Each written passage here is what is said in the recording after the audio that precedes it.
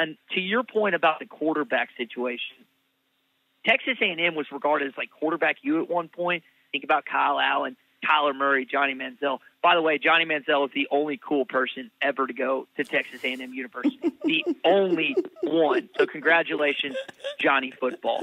On that note, though, it all of a sudden just dissipated. Let's look at Kellen Mond's numbers against Arkansas. RJ, he's thrown 4 picks in the last 3 games against Arkansas.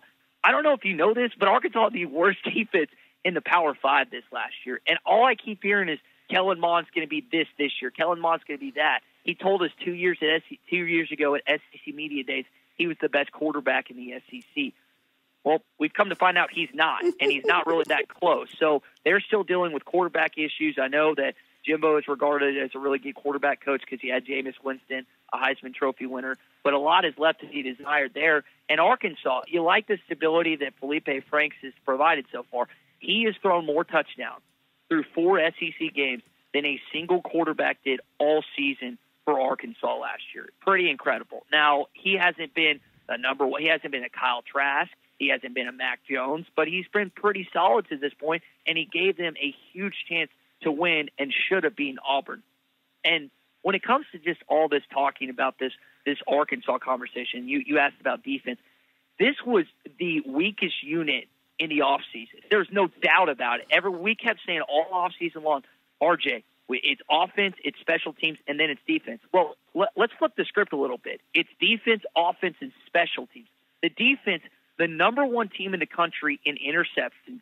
They are tied with LSU as the number 1 team in turnover margin. Barry Odom, in 1 year, he didn't say, we have to wait for our guys to come in like Chad Morris did. He picked up John Chavis guys who had, again, the worst scoring defense in the Power 5 and turned them into a top 5, maybe even top 3 defense in the SEC at this point.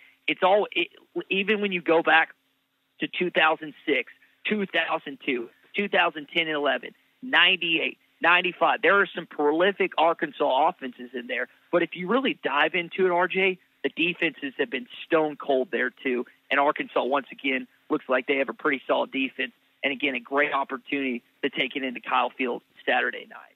Yeah, man, I'm here for the bumper pool Hudson Clark experience. I'm here to see Kellen Mond have an identity crisis. I'm very excited about this game. I wish that it wasn't on at the same time as Oklahoma, Texas Tech, and Ohio State, Penn State, because I want to watch all of those games. I'm wildly fascinated by Oklahoma State and Texas too, because I think Oklahoma State is unreal and Texas is figuring some stuff out. But I kind of want to bounce around college football just a little bit and start with this news out of Wisconsin, because they've had to cancel their game with Nebraska after 12 folks in the program, including the head coach and the starting quarterback, tested positive for the virus. Now, I think all of us understand that when you have this number of people together in one place, you're going to have outbreaks. It's going to happen. But now we're seeing the SEC, the Big Ten's policy rear its head, because I remember when this came out, I said, this is a problem, because they said 5% of your football roster, right, testing positive means you got to go into quarantine, which, 5 out of 100. That's not a lot. And then add to this 3 weeks you have to be in quarantine, which is to say 3 weeks that you can't play football. So, what are we going to do if we're looking at an Ohio State team, or even a Michigan team for that matter, that runs the table to 4 games instead of 6? Because the Big Ten's already said we have to have a team that's played 6 games to be eligible for the Big Ten championship. Well, what if the only teams that play those 6 games are Indiana and Iowa? We're not going to put that team in the college football playoff, especially if they're 4-2. But in regard to the SEC perhaps getting 2 teams in, right? One of which at present is Alabama. The other one's probably a representative from the SEC East. How do you put this together? Do you want to penalize these teams in the Big Ten because their conference has put in place policies that seem nonsensical now? Or would you just rather say, hey, look, what's the best Big Ten team as opposed to the best one-loss Big 12 team? Because I can't see Oklahoma State running the table. That's just me, though. RJ, first off, for Graham Mertz, who had the game of his life against Minnesota, I almost said Minnesota, good grief, against Illinois on Friday night, 1 incomplete pass. Right. 1.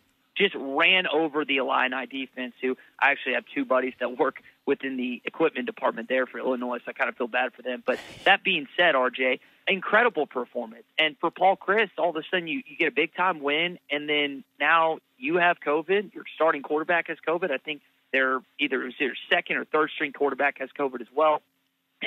It's just a tough situation, and I just don't understand. Isn't like and you know the CDC stuff better than I do. Isn't it like 14 days, like across? Why is the Yes. Big Ten different than what everyone else seems to be doing in college football? I don't understand it. Now you have Wisconsin's season in jeopardy. They were going to play, I think, Nebraska this weekend. That game's canceled. I just don't understand it. I don't have a good enough medical background, and I haven't been doing enough in that department to give you a well-versed answer as far as that goes. Frankly, dude, I just don't understand it. And now we're in a situation where Wisconsin's season is in jeopardy, and it sucks for the Badgers, man. To your point about the CDC, right? We've heard that 14 days is what you need to quarantine yourself for, dating back to March, right? 2 weeks. 2 weeks for this virus to run its course and for it to no longer be in your system, isolated from everybody else. It dies on its own. The answer for the Big Ten lies in a number of places for me. The first of which is they don't feel good about being bullied into having a season that they had already canceled. I don't know how you could not feel as if that is, what's going on based on how Kevin Warren had to take all these bullets on behalf of the 14 presidents and chancellors, and he's getting roasted in his first year really as the Big Ten commissioner, right? He's even being asked questions like, would John Delaney have done this? Well, Kevin Warren runs the Big Ten. Let him run the Big Ten. But to that end, you also already had a split of coaches, of presidents and chancellors that wanted to see this season had and didn't. The president at the University of Michigan is an epidemiologist. I could totally see him going, no, I want 21 days, because Michigan was also one of the last programs to fall in the line when it came to re-voting on this issue, even as everybody else, not, named Schlissel, wanted to play football, which I thought was, interesting because he's the dude that makes that decision. It doesn't matter what your athletic director wants or your $7 million head coach wants. The dude making that decision runs the university. Say it louder for the people in the back. I need people to understand it's not the ADs that make all these decisions. Right. No, and that's word, right? But you also had presidents that were like, at Ohio State, for instance, I want to play football because she's in her first year. Like, she just became president in June, and she traces her lineage all the way back to the 19th century with family that went to Ohio State. So she knows what it is, right? And she also knows what Ohio State is to the Big Ten, which is forever. She wanted to play football, especially knowing that Cincinnati was already going to be playing football because the American was like, we can't afford to not play football. We got to get these checks. So you're looking around and you're seeing all these other teams that are playing football. And then you have arguably the best player in college football going, I want to play football. Matter of fact, put it out here. I have a big piece coming out about Justin Fields later this week.